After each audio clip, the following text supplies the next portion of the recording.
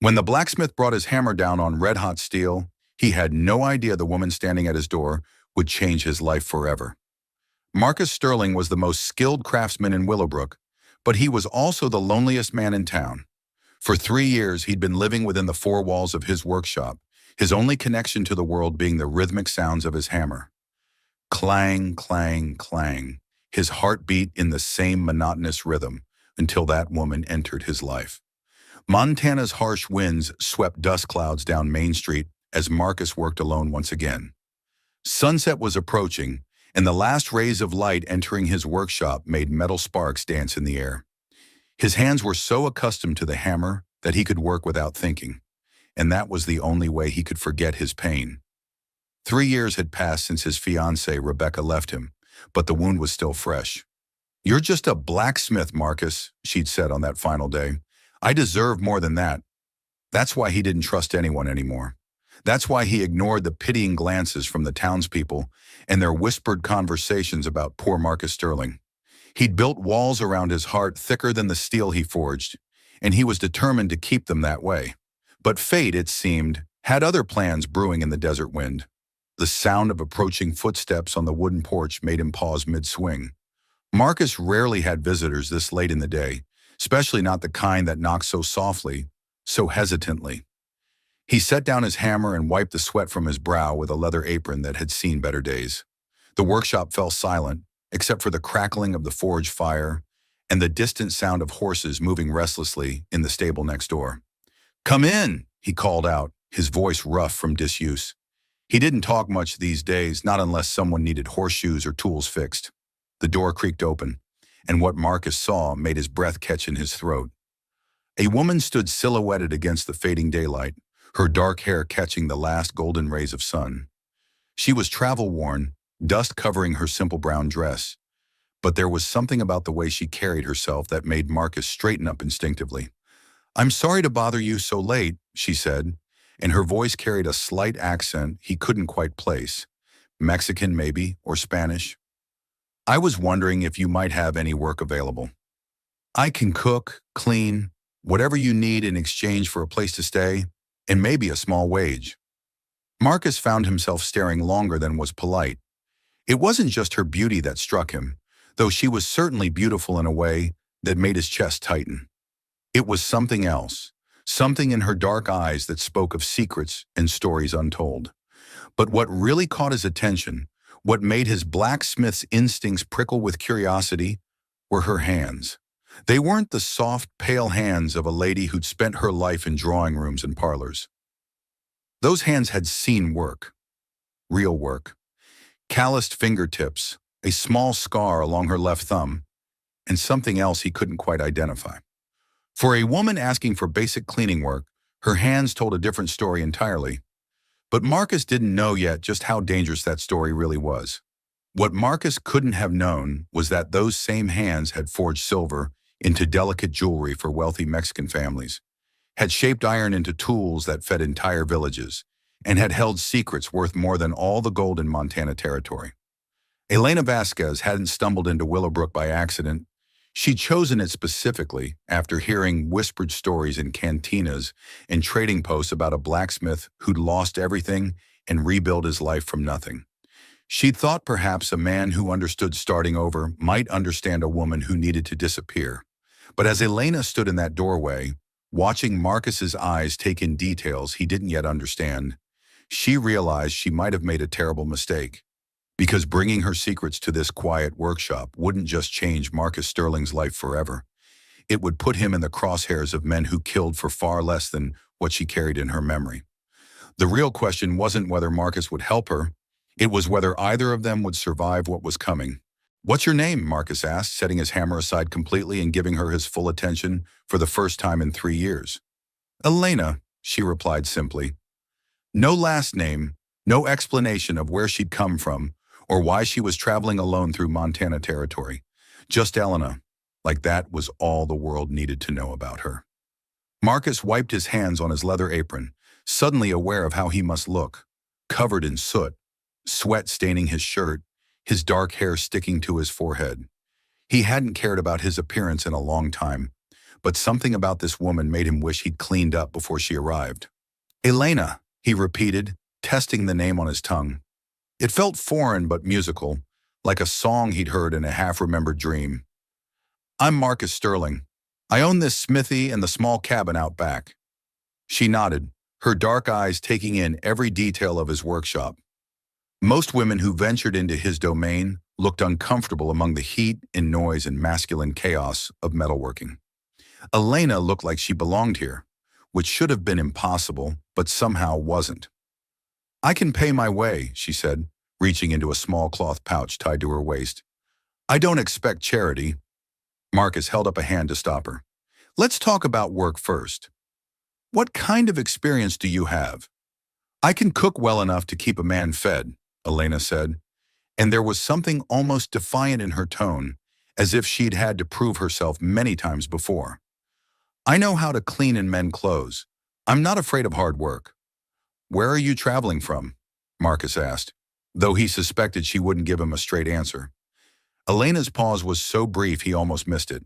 South, she said finally. Mexico way. That explained the accent, but it raised a dozen other questions. What was a Mexican woman doing alone in Montana territory? How had she traveled so far? And why did her eyes hold that haunted look he recognized in his own mirror? Mexico's a long way from here, Marcus observed. That's quite a journey for a woman alone. I'm stronger than I look, Elena replied, and something in her voice suggested she'd proven that fact more than once. The forge fire crackled behind them, casting dancing shadows on the workshop walls. Outside, Willowbrook was settling into its evening routine. The saloon would be filling up with cowboys and ranch hands. Families would be gathering around dinner tables, and somewhere in town, people were probably already starting to gossip about the stranger who'd arrived at sunset. Marcus found himself in an unusual position. He hadn't taken in a boarder since Rebecca left, hadn't wanted the complication of another person in his carefully ordered solitude. But something about Elena made him want to say yes before his rational mind could object. I have a small room behind the kitchen in my cabin, he heard himself saying. It's not much, but it's clean and private. In exchange, you could handle the cooking and maybe help keep the place organized. I spend most of my time out here in the workshop anyway. Elena's relief was visible, though she tried to hide it. That would be acceptable. When would you like me to start? Tonight, if you're willing. I was just about to close up shop and figure out what to do about dinner. Marcus gestured toward the cabin, which sat about 50 yards behind the smithy. It's not fancy, but it's sturdy. As they walked across the dusty yard, Marcus couldn't help but notice how Elena moved. There was a grace to her step that spoke of confidence, but also a wariness, as if she was constantly aware of her surroundings. Her head turned slightly at every sound. The whinny of a horse, the distant laughter from the saloon, the creak of a shutter in the evening wind. The cabin was indeed simple but well built. 2 rooms, a kitchen, in the small back room Marcus had mentioned.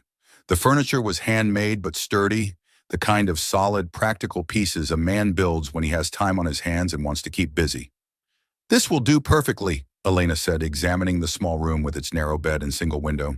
Thank you, Mr. Sterling. Just Marcus, he said. We're not formal folks out here. Elena smiled for the first time since her arrival, and Marcus felt something shift in his chest. It was a small smile, cautious and brief, but it transformed her entire face. For just a moment, the wariness disappeared, and he caught a glimpse of the woman beneath the carefully guarded exterior. I'll start dinner, she said, moving toward the kitchen with the kind of purposeful efficiency that suggested she'd taken charge of unfamiliar kitchens before. Marcus retreated to his workshop to bank the forge fire and put away his tools, but he found his concentration scattered. Through the open door, he could hear Elena moving around his kitchen, opening cupboards and assessing his meager supplies. The domestic sounds felt strange after 3 years of silence. When he returned to the cabin, the smell of something delicious filled the air. Elena had somehow transformed his basic pantry staples into what smelled like a feast. She'd found beans, dried corn, a bit of salt pork, and wild onions from his small garden, and the result was a stew that made his mouth water. How did you manage this? Marcus asked, genuinely impressed. I've been eating hardtack and jerky for the past week. A woman learns to make much from little, Elena replied, stirring the pot with a wooden spoon she must have found in one of his drawers, especially when she travels. They ate in companionable silence, the only sounds the clink of spoons against bowls and the distant noises of the town settling into night. Marcus couldn't remember the last time he'd enjoyed a meal this much, and it wasn't just because of Elena's cooking skills. Tell me about Willowbrook, Elena said as they finished eating. What kind of town is it? Marcus considered the question. Small, mostly honest folks. We get cowboys passing through, some miners heading up into the mountains. Sheriff Hartley keeps the peace well enough. People mind their own business, for the most part. And you, Elena asked, how long have you been here? 5 years, came west after. Marcus paused, surprised at how close he'd come to sharing something personal. After I decided I needed a fresh start. Elena nodded as if she understood exactly what he meant. Fresh starts are necessary sometimes. The way she said it suggested she knew something about that herself, but Marcus didn't press. They were both carrying secrets, and maybe that was enough common ground for now. As Elena began clearing the dishes, Marcus noticed her hands again. In the lamplight, he could see the calluses more clearly, and they weren't the kind that came from cooking and cleaning. There was a pattern to them, a specific placement that nagged at his memory. Elena, he said carefully, those calluses on your hands, they look familiar. Like the ones metal workers get. She froze for just a moment, her back to him as she reached for a dish. I've done many kinds of work, she said without turning around. Of course, Marcus said quickly, sensing he'd touched on something sensitive. I didn't mean to pry, but his blacksmith's eye had caught something else in that brief moment. A small burn scar on Elena's forearm, the kind that came from working too close to a forge fire. It was an injury he'd seen on apprentice metalworkers, never on women who claimed to only know cooking and cleaning. Elena finished the dishes and retreated to her room with a quiet, good night, leaving Marcus alone with his thoughts and a dozen new questions. As he sat by the dying fire, listening to the sounds of her settling in for the night, Marcus Sterling realized his carefully ordered world had just become very complicated. But what Marcus didn't know yet was that Elena's secrets went far deeper than unusual calluses and mysterious scars. And in 3 days' time, those secrets would bring danger to Willowbrook that would test everything he thought he knew about courage, loyalty, and love. The next morning, Marcus woke to the smell of fresh coffee and something he hadn't experienced in years, the sound of someone else moving around his kitchen. For a moment, he lay in bed listening to Elena's quiet footsteps, the gentle clink of dishes, and the soft humming of a tune he didn't recognize. It felt like waking up in someone else's life. When he finally emerged from his bedroom, Elena was already dressed and had breakfast waiting. Eggs from his chickens, biscuits that somehow tasted better than anything he'd ever made himself, and coffee strong enough to wake the dead. Morning, she said without looking up from the stove. I hope you don't mind that I gathered the eggs. Your chickens seem friendly enough. They're not usually friendly to strangers, Marcus observed, accepting the plate she handed him. You have a way with animals? Elena shrugged. Animals sense intention. If you mean them no harm, they know. As they ate, Marcus found himself stealing glances at Elena.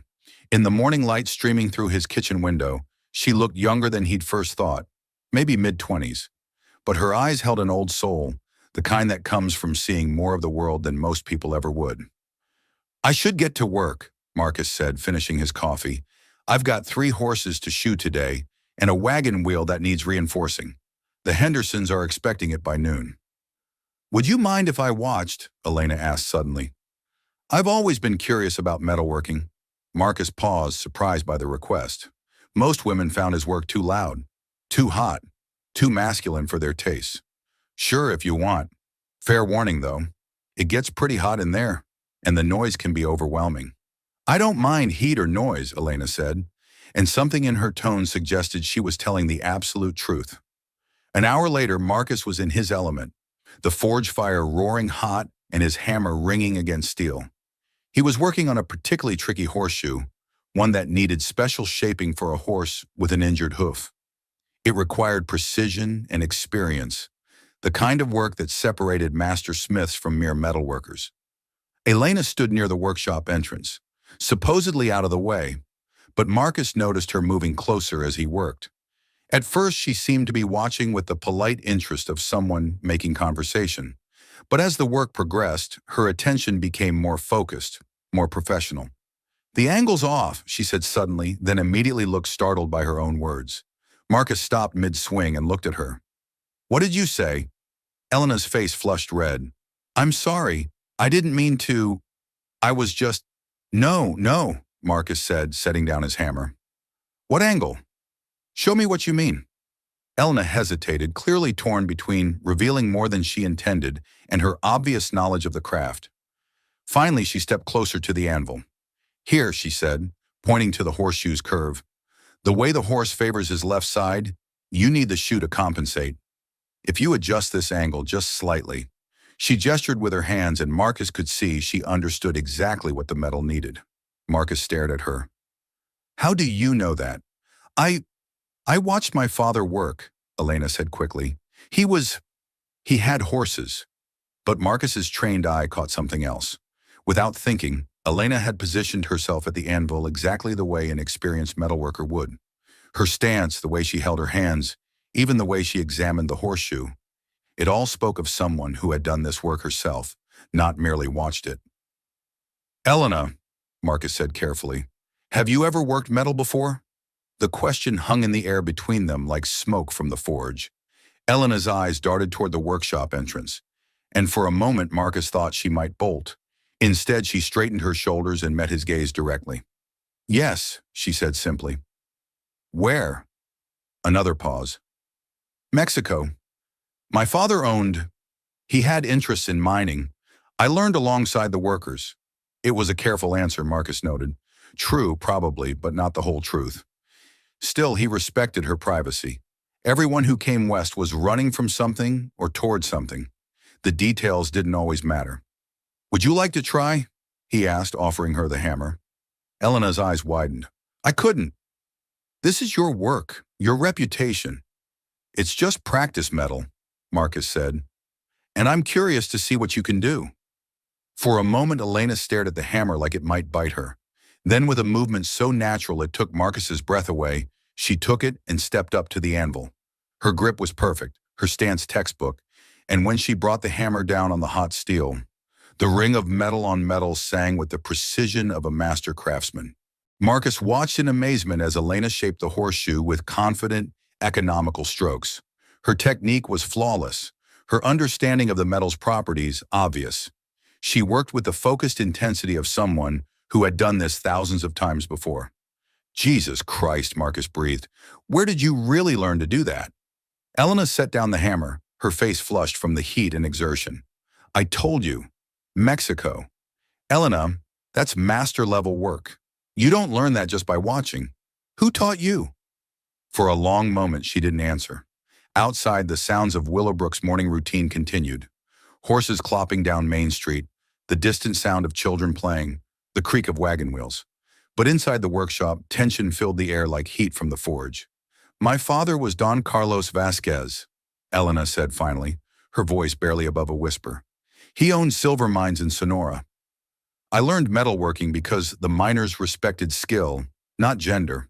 It was the only way to earn their loyalty." Marcus felt the world tilt slightly.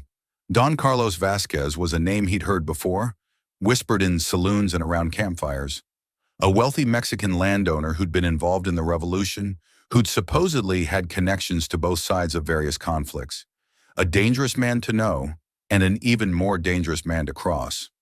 "Elena," Marcus said slowly, "what are you running from?" Before she could answer, the sound of approaching hoofbeats filled the air. Multiple horses, riding hard and fast. Marcus moved to the workshop entrance and peered out to see three men dismounting in front of the general store across the street. They were dressed like travelers, but something about their bearing suggested they were anything but casual visitors to Willowbrook. Elena appeared beside him, and Marcus felt her entire body go rigid. "We need to go inside," she said urgently. "Now." "Elena, what's wrong?" "Those men," she said, her voice tight with fear. "They're looking for me." Marcus glanced back at the riders. They were questioning Mrs. Peterson, the store owner, showing her something. Probably a description or maybe even a photograph. One of them kept scanning the street with the methodical gaze of a professional tracker. "Who are they?" Marcus asked. "Bounty hunters," Elena said. "My father put a price on my head when I left. He wants me back." "Why?" Elena's laugh was bitter. "Because I know where he keeps his books. Because I can identify every corrupt official he's ever bribed. Because I'm the only witness to things that could destroy him." Marcus felt his world shifting again, like standing on unstable ground during an earthquake. The woman he'd taken in wasn't just a mysterious traveler with unusual skills. She was a fugitive from one of the most powerful men in Mexico, carrying secrets that could apparently get them both killed. "Elena," he said quietly, "exactly how much danger are we in?" Before she could answer, one of the bounty hunters looked directly toward the smithy. His hand moved to the gun at his hip, and Marcus realized with crystal clarity that his simple, quiet life had just become anything but simple. "More than you know," Elena whispered. "And I'm sorry, Marcus. I'm so sorry I brought this to your door." But as Marcus watched the bounty hunters begin to cross the street toward his workshop, he realized something that surprised him.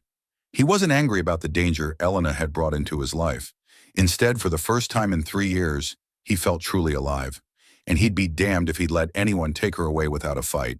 "Back door," Marcus said quietly, his mind racing. "We go out the back and into the cabin. Stay low and move fast." Elena nodded, her face pale but determined. They slipped through the rear entrance of the workshop just as the bounty hunters reached the front. Marcus could hear their boots on the wooden porch, the jingle of spurs and voices speaking in rapid Spanish. "Sterling," one of them called out. "We know you're in there." "We just want to talk." Marcus pressed his back against the cabin wall, Elena beside him. Through the thin gap between buildings, he could see the 3 men positioned around his workshop. They moved like professionals, one covering the front, one checking the sides, one probably heading around back. "Marcus Sterling," the leader called again, his English heavily accented but clear. "We are looking for a woman, Mexican, about 25 years old, dark hair. Someone said they saw her come this way yesterday evening."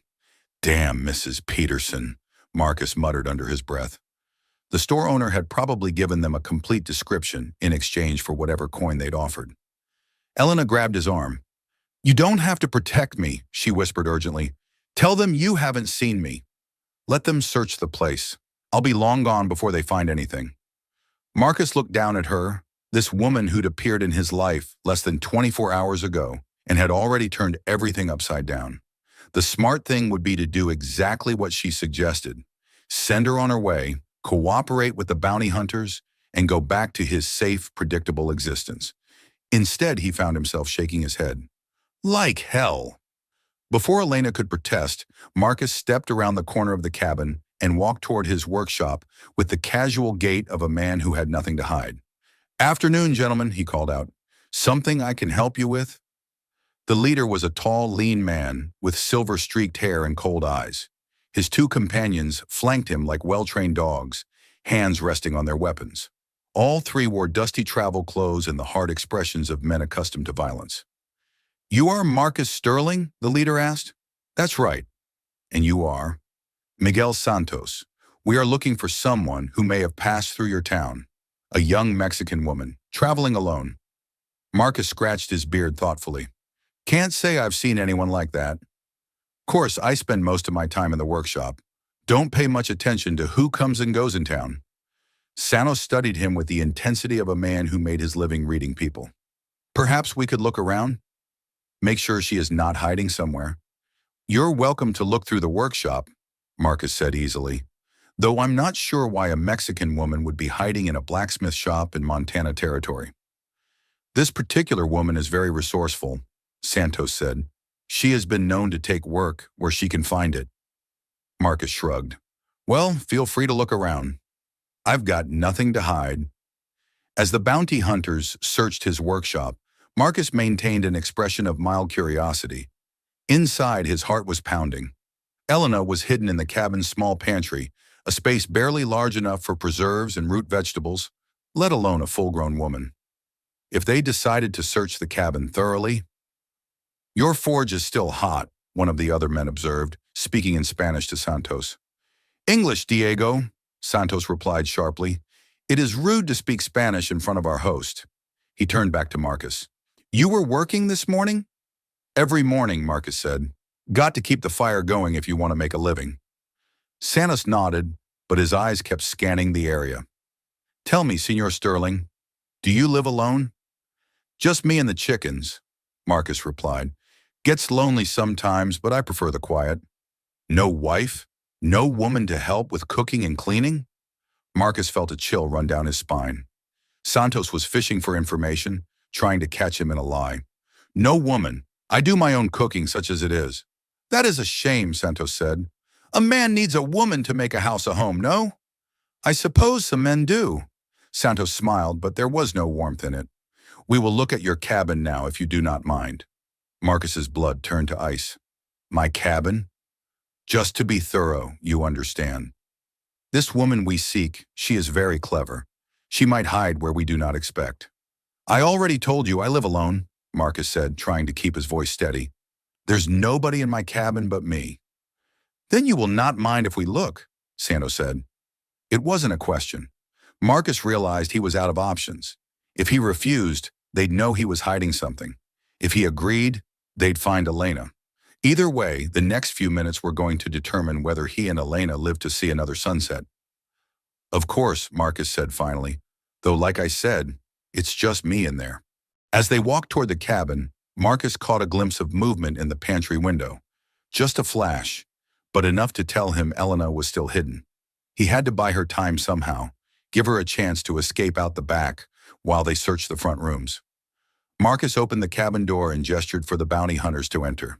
Kitchen's through there, bedrooms to the left. Not much to see, I'm afraid. Santos entered first, his eyes immediately scanning every corner, every shadow.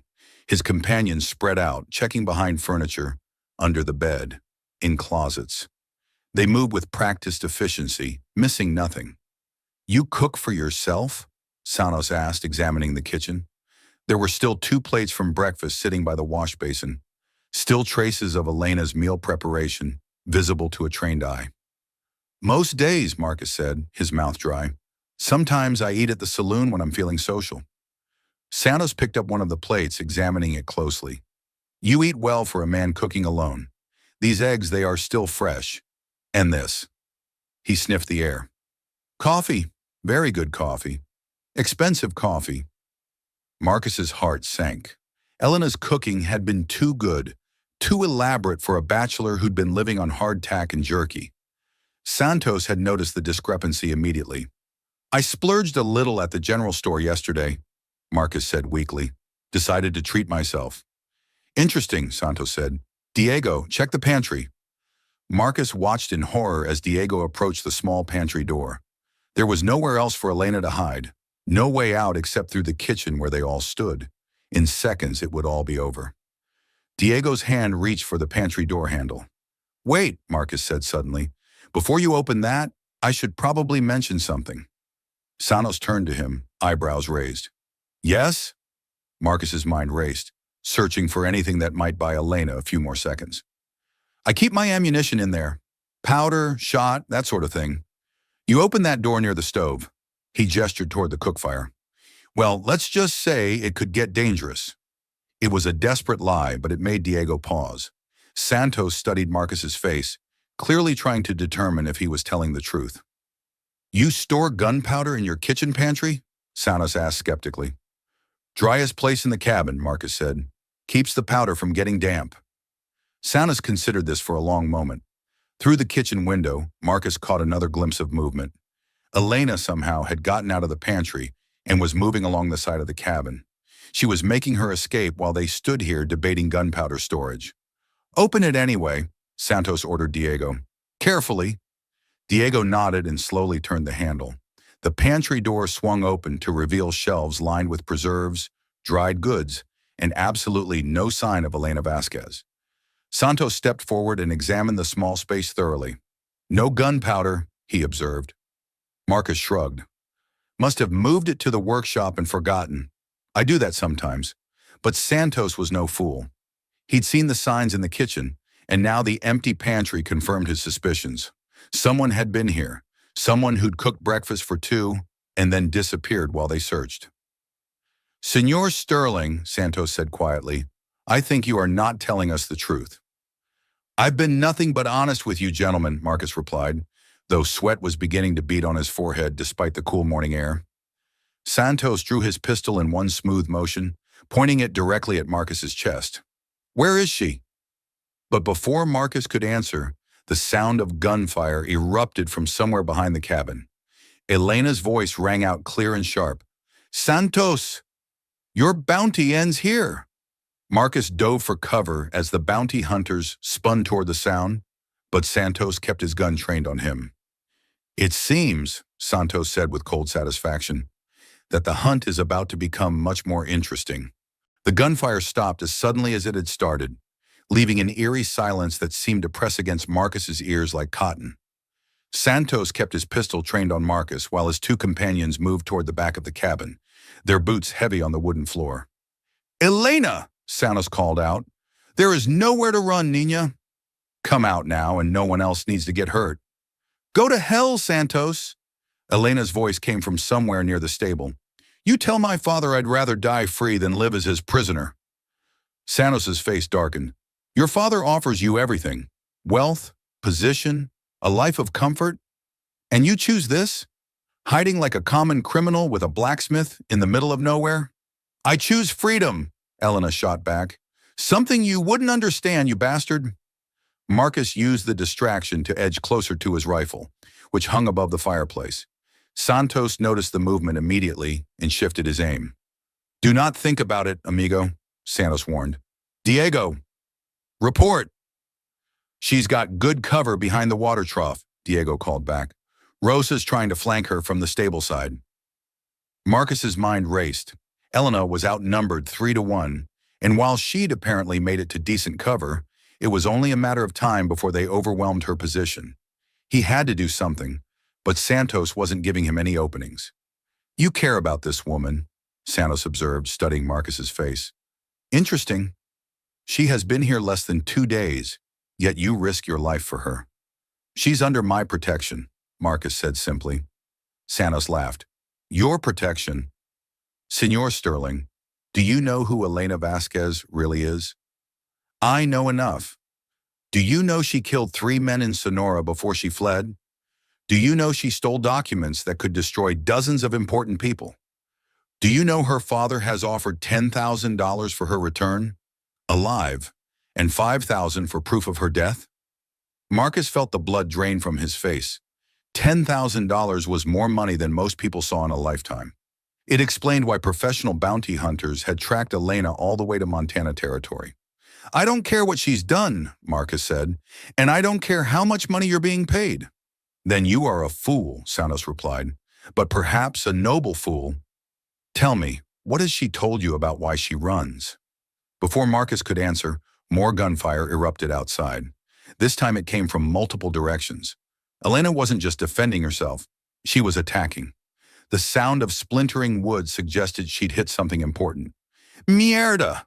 Rosa's voice carried clearly through the cabin walls. "She got the horses!" Santos's expression turned murderous. "Clever girl." "She knows we cannot chase her on foot." He raised his voice. "Elena, you have made this more difficult than it needs to be." "I'm just getting started," Elena called back, and Marcus could hear the grim satisfaction in her voice. Santos turned back to Marcus, his patience clearly wearing thin. "Here is what will happen, Senor Sterling. You will walk outside and convince the woman to surrender.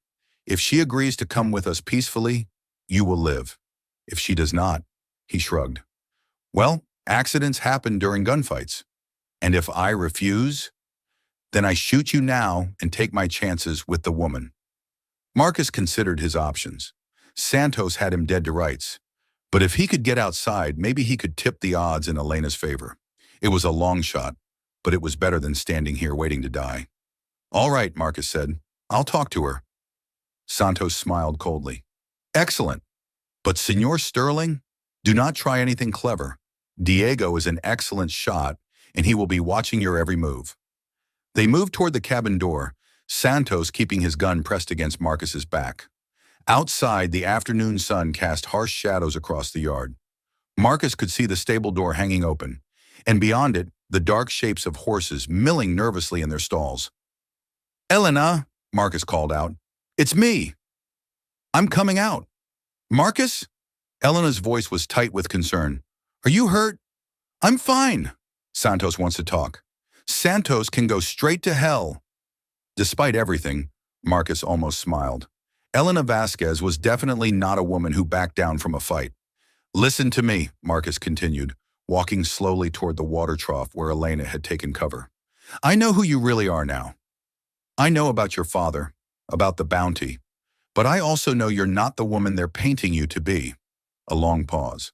Then Elena's voice, quieter now. "What did they tell you? That you killed 3 men, that you stole documents, that you're worth $10,000 to your father." Another pause.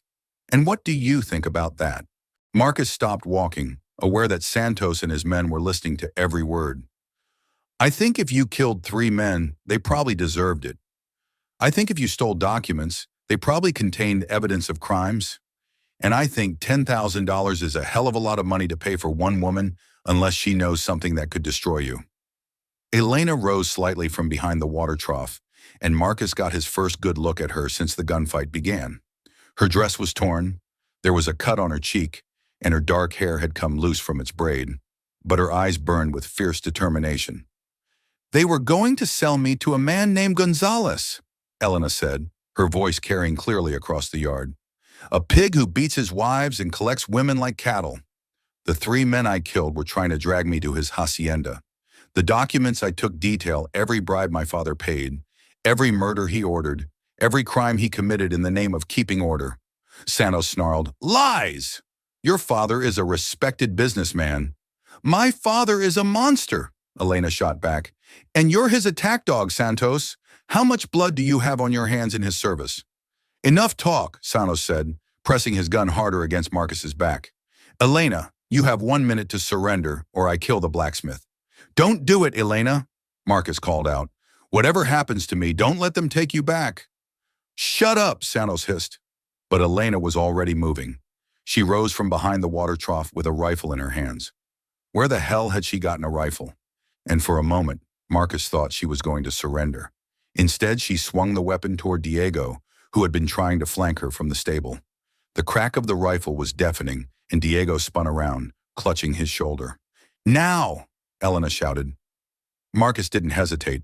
He drove his elbow back into Santos's stomach, spinning away from the gun as the bounty hunter doubled over.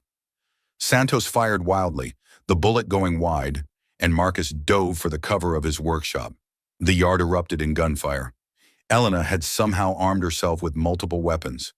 Marcus caught glimpses of her, moving between cover points, firing with the precision of someone who'd been trained for combat.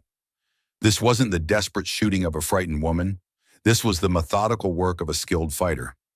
Rosa appeared around the corner of the cabin, trying to get an angle on Elena, but she was ready for him. 2 quick shots sent him scrambling back to cover, cursing in Spanish. "Elena!"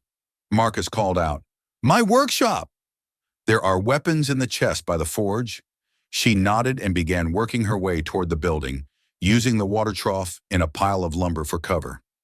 Santos had recovered from Marcus's elbow and was trying to get a clear shot, but Elena moved like smoke, never staying in one place long enough to provide a target. Marcus reached the workshop and yanked open the chest where he kept his personal weapons. A shotgun, a rifle, and 2 pistols. Enough firepower to even the odds considerably. He grabbed the shotgun and a handful of shells, then positioned himself at the workshop window. "Santos," Marcus called out. "Last chance to ride away." "You do not understand what you are protecting," Santos replied, firing a shot that splintered the window frame inches from Marcus's head. "That woman is dangerous. She will bring death to your town." "She's already brought life to it," Marcus shot back, and he realized with surprise that he meant it. In less than 2 days, Elena had made him feel more alive than he had in 3 years. Elena reached the workshop, breathing hard but uninjured.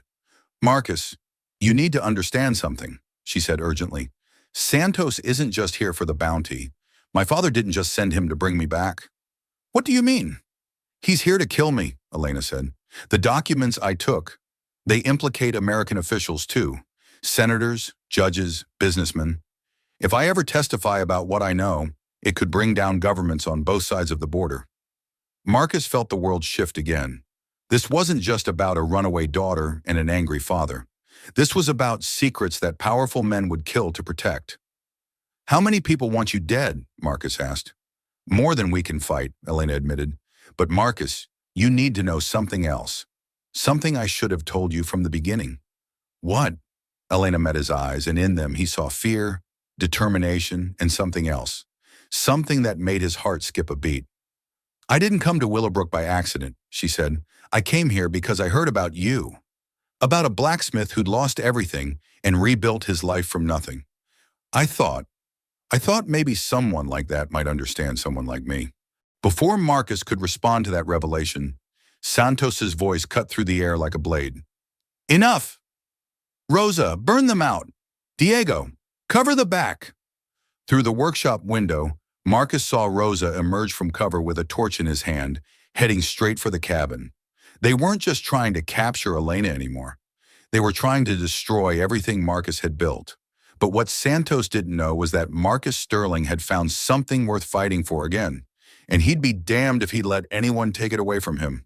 Like hell you're burning my home, Marcus snarled, raising the shotgun to his shoulder. The blast caught Rosa just as he was about to touch the torch to the cabin's wooden siding. The bounty hunter screamed and dropped the torch, clutching his leg as he fell. The flame guttered out in the dirt, but Marcus could see Santos already preparing another approach.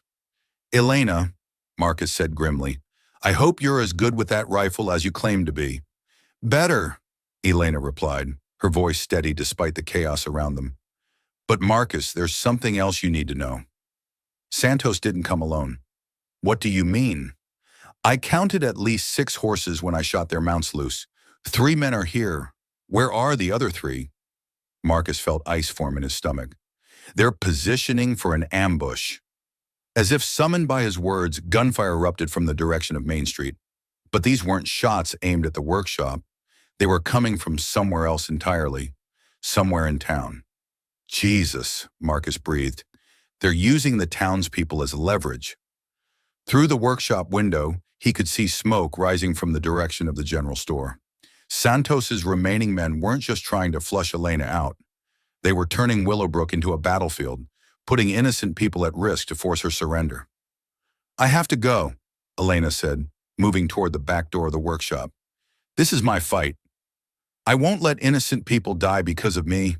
Marcus grabbed her arm. The hell you will. You walk out there alone. You're dead in 30 seconds. Then what do you suggest? Marcus looked around his workshop, at the tools he'd used to build a life, at the forge that had been his salvation, at the weapons that might be their only chance of survival. An idea began forming, desperate and dangerous, but maybe their only option. How much do you know about explosives? Marcus asked. Elena's eyes widened. Enough. Why? Because I've got black powder from my old military rifle, metal fragments from every project I've worked on this year, and a forge hot enough to turn it all into one hell of a surprise. Understanding dawned on Elena's face. A bomb. A big one. Enough to level this workshop and everything around it. That's suicide, Marcus. Not if we're not here when it goes off. Marcus was already moving, gathering the black powder from his supply chest. Santos wants to smoke us out? Let's give him more smoke than he bargained for. Elena grabbed his hand, stopping him. Marcus, if we do this, there's no going back. You'll lose everything.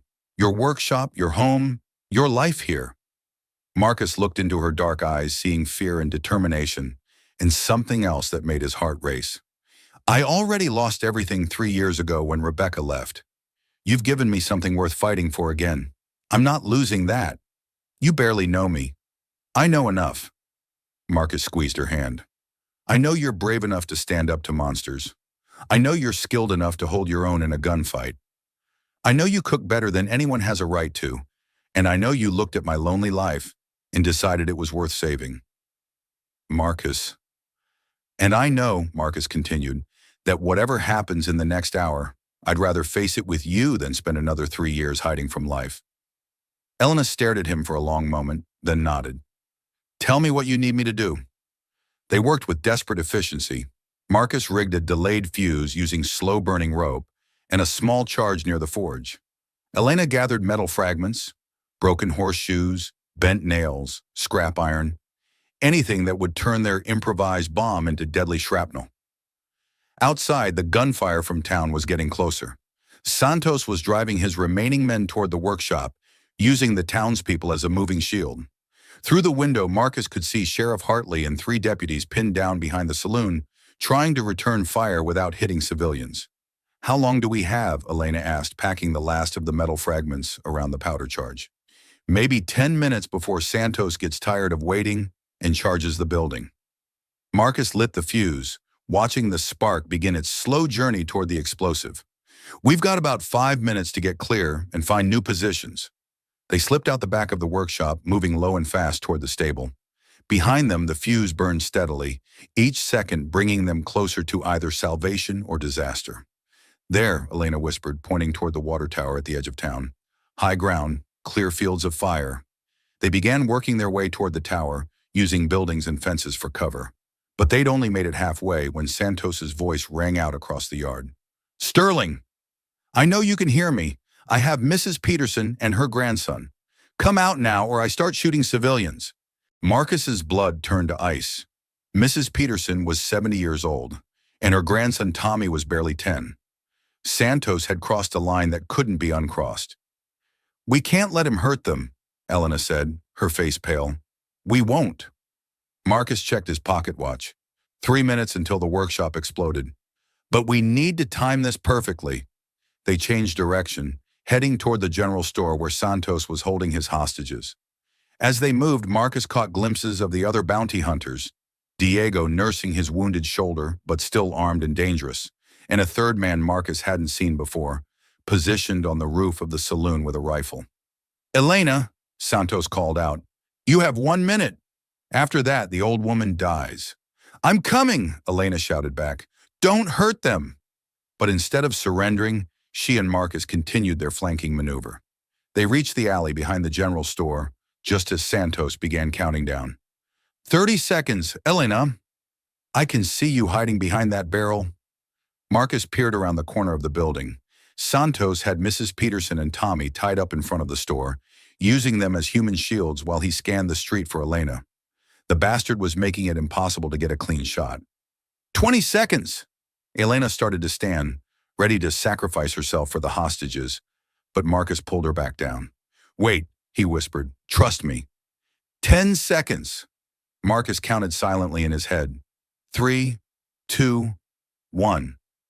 The workshop exploded with a thunderous roar that shook every building in Willowbrook. Windows shattered, horses screamed, and a pillar of fire and smoke rose into the Montana sky. The blast was so loud that even Santos ducked instinctively, momentarily forgetting his hostages. That moment was all Marcus needed. He stepped around the corner with his shotgun and put a load of buckshot into Santos's chest before the bounty hunter could recover. Santos went down hard, his pistol spinning away across the dirt. Elena, now, Marcus shouted. Elena emerged from cover with her rifle, taking aim at Diego, who was trying to get a shot at Marcus. Her bullet caught him in the shoulder again, spinning him around and sending his weapon flying. But the third bounty hunter on the saloon roof had a clear shot at Elena. Marcus saw him taking aim and threw himself sideways, tackling Elena to the ground just as the rifle cracked. The bullet meant for her heart instead tore through Marcus's left arm, sending fire racing through his entire body. Marcus! Elena rolled them both behind the water trough as more shots rang out. I'm okay, Marcus gasped, though blood was soaking through his shirt. Just winged me. Elena's face was fierce with anger. She rose from cover and put 3 quick shots into the saloon roof, driving the sniper back. Then she turned toward Santos, who was trying to crawl toward his dropped pistol, despite the buckshot in his chest. Santos! Elena called out, her voice carrying clearly across the suddenly quiet street. The bounty hunter looked up, his face twisted with pain and rage. Tell my father, Elena said, her rifle trained on his heart, that Elena Vasquez died free. And tell him that if he sends anyone else after me, I'll come for him personally." Santos spat blood into the dirt. "You cannot run forever, Puta. There will always be more hunters, more bounty, more—" Elena's shot cut him off permanently. In the sudden silence that followed, Marcus became aware of voices. Townspeople emerging from cover, Sheriff Hartley shouting orders, Mrs. Peterson crying with relief as her grandson cut her bonds. "Is it over?" Tommy Peterson asked, his young voice shaking. Elena looked around at the destruction, the burning remains of Marcus's workshop, the 3 dead bounty hunters, the shattered windows and frightened faces of the townspeople who'd been caught in the crossfire. "For now," she said quietly. Marcus struggled to his feet, Elena supporting his good arm. Around them, Willowbrook was beginning to assess the damage. His workshop was completely destroyed. The cabin had several bullet holes and half the town's windows were blown out. But nobody had died except the men who'd come to kill. "Elena," Sheriff Hartley approached cautiously, "I'm going to need to hear the whole story." "I'll tell you everything," Elena promised. "But first, we need to get Marcus to the doctor." As they walked toward Doc Morrison's office, Elena leaning into Marcus's good side, Mrs. Peterson called out from behind them. "Miss Elena, you saved our lives." Elena turned back, surprised by the warmth in the old woman's voice. "This town owes you a debt," Mrs. Peterson continued. "Both of you. Those men would have killed innocent people to get what they wanted." Other voices joined in. Grateful townspeople who'd seen Elena and Marcus risk everything to protect them. For a woman who'd been running from bounty hunters just hours before, Elena was suddenly being hailed as a hero. But as they reached the doctor's office, Elena whispered to Marcus, "They'll keep coming. My father won't stop until he gets those documents back, or I'm dead." Marcus squeezed her hand with his good arm. "Then we'll face them together. Besides," he added with a grin despite his pain, "I'm going to need help rebuilding that workshop. Know anyone who's good with metalwork?" Elena smiled for the first time since the shooting started. "I might know someone." 3 months later, the sound of hammer on steel once again rang through Willowbrook's morning air. But this time, there were 2 hammers working in perfect rhythm, their strikes creating a symphony of shared purpose that had become the new heartbeat of the town. Marcus wiped sweat from his brow and stepped back to admire their work. The new workshop was twice the size of the old one, with large windows that let in streams of golden sunlight, and a design that Elena had suggested, one that would allow them to work side by side without getting in each other's way. "Hand me that file," Elena called out from her position at the second anvil they'd installed. She was working on a delicate piece of silverwork, a commission from a wealthy rancher's wife 3 towns over. Word had spread quickly about the Mexican woman who could work metal like a master craftsman, and orders had been pouring in from across the territory. Marcus handed her the tool, letting his fingers brush against hers in the casual intimacy that had developed between them over the weeks of recovery and rebuilding. His left arm was still stiff from the gunshot wound, but Doc Morrison said it would heal completely with time. "How's it coming?" he asked, looking over her shoulder at the intricate silver bracelet taking shape under her skilled hands. "Almost finished," Elena replied. "Mrs. Carmichael will have her anniversary gift by Friday." Marcus smiled, still amazed by Elena's talent. She could work silver and gold with the same precision she brought to iron and steel, creating pieces that were both beautiful and functional. The jewelry and decorative items she crafted had quickly become sought after throughout Montana territory, bringing prosperity to their partnership that Marcus had never imagined possible. Their partnership. The word still made his heart skip a beat, though it described so much more than just their business arrangement. "Marcus," Elena said, setting down her hammer and turning to face him, "we need to talk." Something in her tone made Marcus's stomach clench. Over the past 3 months, they'd grown closer than he'd thought possible. They worked together, ate together, and shared the rebuilt cabin like a married couple in everything but name. But Elena had never made any promises about staying permanently, and Marcus had been afraid to push for more than she was willing to give. "What about?" he asked, trying to keep his voice casual. Elena pulled a letter from her apron pocket. This came with the morning mail. Marcus recognized the expensive paper and formal seal immediately. It was the kind of correspondence that came from important people, the kind that usually meant trouble. "Who's it from?" "A federal judge in San Francisco," Elena said. Judge William Harrison. He wants to offer me protection in exchange for my testimony about my father's activities. Marcus felt the world shift beneath his feet. Testimony? Elena nodded. The documents I took from my father's safe, they've been analyzed by federal investigators. The corruption goes deeper than anyone imagined. Senators, judges, businessmen on both sides of the border. If I testify, I could help put dozens of powerful criminals in prison. That's good, isn't it? Marcus said, though his heart was already breaking.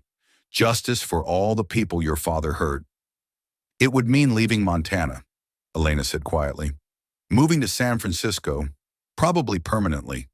The judge says I'd need federal protection for the rest of my life. Too many powerful people would want me dead after the trials. Marcus stared at the letter, feeling everything he'd built over the past 3 months crumbling around him. Of course Elena would take the offer. It was her chance to see justice done, to make her father pay for his crimes. How could he ask her to give that up for a simple life with a blacksmith in a small Montana town? When do you have to decide? He asked. The judge wants an answer within the week. A federal marshal would escort me to California if I agree. Marcus nodded, not trusting himself to speak. He turned back to his anvil, picking up his hammer and resuming work on the horseshoe he'd been shaping. The rhythm helped calm his thoughts, though it couldn't quiet the ache in his chest. Elena watched him work for several minutes before speaking again. Marcus, what do you think I should do? I think, Marcus said carefully, that you should do whatever will help you sleep at night. If testifying against your father will give you peace, then that's what you should do. And if staying here would give me peace? Marcus's hammer paused mid-swing. Elena, I'm asking what you want, Marcus. Not what you think I should do. Not what's noble or right or practical. What do you want? Marcus set down his hammer and turned to face her fully. Elena stood in the golden sunlight streaming through the workshop windows, her dark hair pulled back in a practical braid, her simple dress covered by a leather apron that bore the marks of honest work. She was beautiful, but more than that, she was real in a way that made everything else in his life seem pale by comparison. I want you to stay, he said simply. I want to wake up every morning, knowing you'll be there. I want to work beside you, build something lasting with you. I want to marry you, Elena, and spend the rest of my life proving that you made the right choice when you knocked on my workshop door. Elena's eyes filled with tears, but she was smiling. Then ask me. Marcus blinked. What? Ask me to marry you. Properly. Marcus felt his heart hammering against his ribs. He'd imagined this moment 100 times over the past weeks, but somehow he'd never found the courage to make it real. Now, with Elena standing there in their workshop, surrounded by the life they'd built together, it seemed like the most natural thing in the world. He dropped to one knee right there on the workshop floor, taking Elena's calloused hands in his. Elena Vasquez, he said, his voice steady despite the emotion threatening to overwhelm him. Will you marry me? Will you stay here in Willowbrook and build a life with me? Will you be my partner in everything? Work, dreams, whatever troubles come our way? Yes, Elena whispered, then louder. Yes, Marcus Sterling. I'll marry you. Marcus rose and kissed her then, right there in the workshop with the forge fire crackling behind them and the sound of Willowbrook's daily life continuing outside. It was a kiss that tasted of new beginnings and promises kept, of two people who'd found something worth fighting for. When they finally broke apart, Elena rested her forehead against his. What about the judge's offer? We'll write him a letter, Marcus said. Tell him you appreciate the opportunity, but you found something more important than revenge. What's that?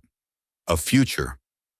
The wedding took place 2 weeks later in Willowbrook's small church, with what seemed like the entire town in attendance. Mrs. Peterson had insisted on organizing the ceremony, declaring that Elena and Marcus deserved a proper celebration after everything they'd been through. Elena wore a simple white dress that she'd sewn herself, but to Marcus she looked more beautiful than any society bride in silk and pearls. When Pastor Williams asked if anyone objected to the union, the church remained perfectly silent except for Tommy Peterson's loud whisper of, "Nobody better object or I'll fight him myself." The laughter that followed seemed to bless the ceremony with joy. Sheriff Hartley served as Marcus's best man, while Mrs. Peterson stood as Elena's matron of honor. When they exchanged vows, Elena's voice was clear and strong as she promised to love Marcus through prosperity and hardship, in times of peace and in times of trouble. Marcus's vows were simpler but no less heartfelt. Elena, you brought light into my darkness and purpose to my days. I promise to stand beside you, to protect what we've built together, and to love you for all the days of my life. When Pastor Williams pronounced them husband and wife, the church erupted in cheers and applause. The celebration that followed lasted well into the evening, with dancing in the street and enough food to feed an army. As the night wound down and the townspeople began drifting home, Marcus and Elena walked hand in hand back to their cabin. They're home now, officially and completely. Any regrets? Marcus asked as they stood on their porch, looking out over the town that had become Elena's sanctuary. Only one, Elena said, and Marcus's heart skipped a beat until she continued with a smile. I wish I'd found you sooner. Marcus pulled her close, marveling at how perfectly she fit against his side. We found each other when we were ready. That's what matters. 6 months later, Elena was working at her anvil when she felt the first flutter of movement in her belly. She placed a hand over the small swell that was just beginning to show beneath her apron and smiled. Soon there would be 3 hammers ringing in the Sterling workshop. Marcus, she called out to her husband, who was shoeing a horse for one of the local ranchers. I have something to tell you. The look of wonder on Marcus's face when she shared her news was something Elena would treasure for the rest of her life. He lifted her off her feet and spun her around the workshop, laughing with pure joy. A baby, he whispered against her hair. Our baby. Are you happy? Elena asked, though she could see the answer in his eyes. Elena Sterling, Marcus said, using her married name with the same reverence he'd once reserved for prayer. I didn't know it was possible to be this happy. That evening, as they sat on their porch watching the sunset paint the Montana sky in shades of gold and crimson, Elena reflected on the journey that had brought her to this moment.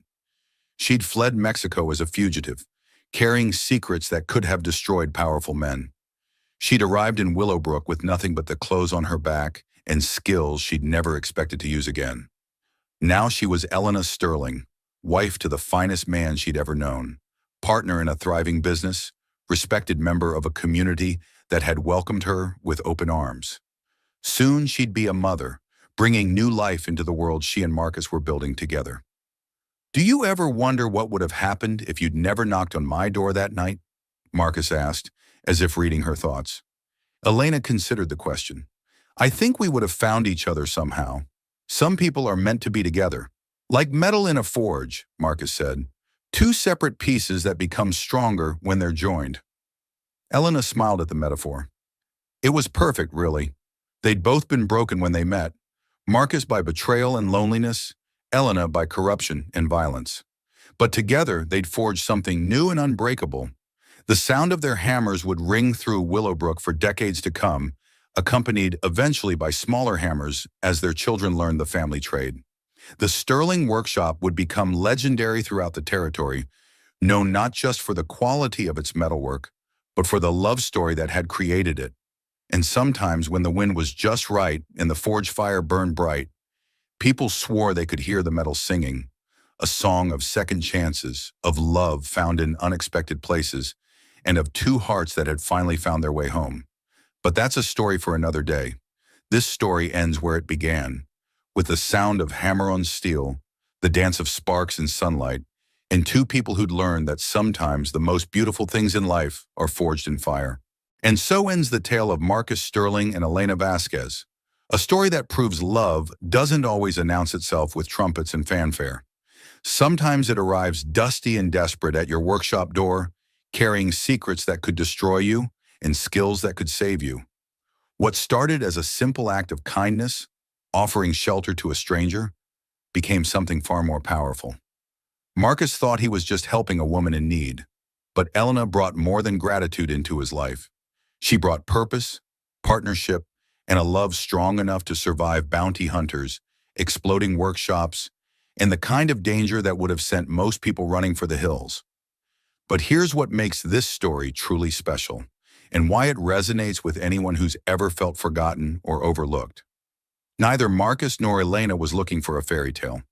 Marcus had given up on love after Rebecca's betrayal, convinced that a simple blacksmith wasn't worth a woman's devotion. Elena was running from a past so dark it carried a death sentence, believing she'd never find a place where she truly belonged. Yet together, they created something neither could have built alone. Marcus discovered that his quiet strength and steady hands were exactly what Elena needed. Not to rescue her, because she could rescue herself, but to stand beside her as an equal partner. Elena found that her skills, her intelligence, and yes, even her dangerous past, weren't burdens to hide, but gifts to share with someone who valued them.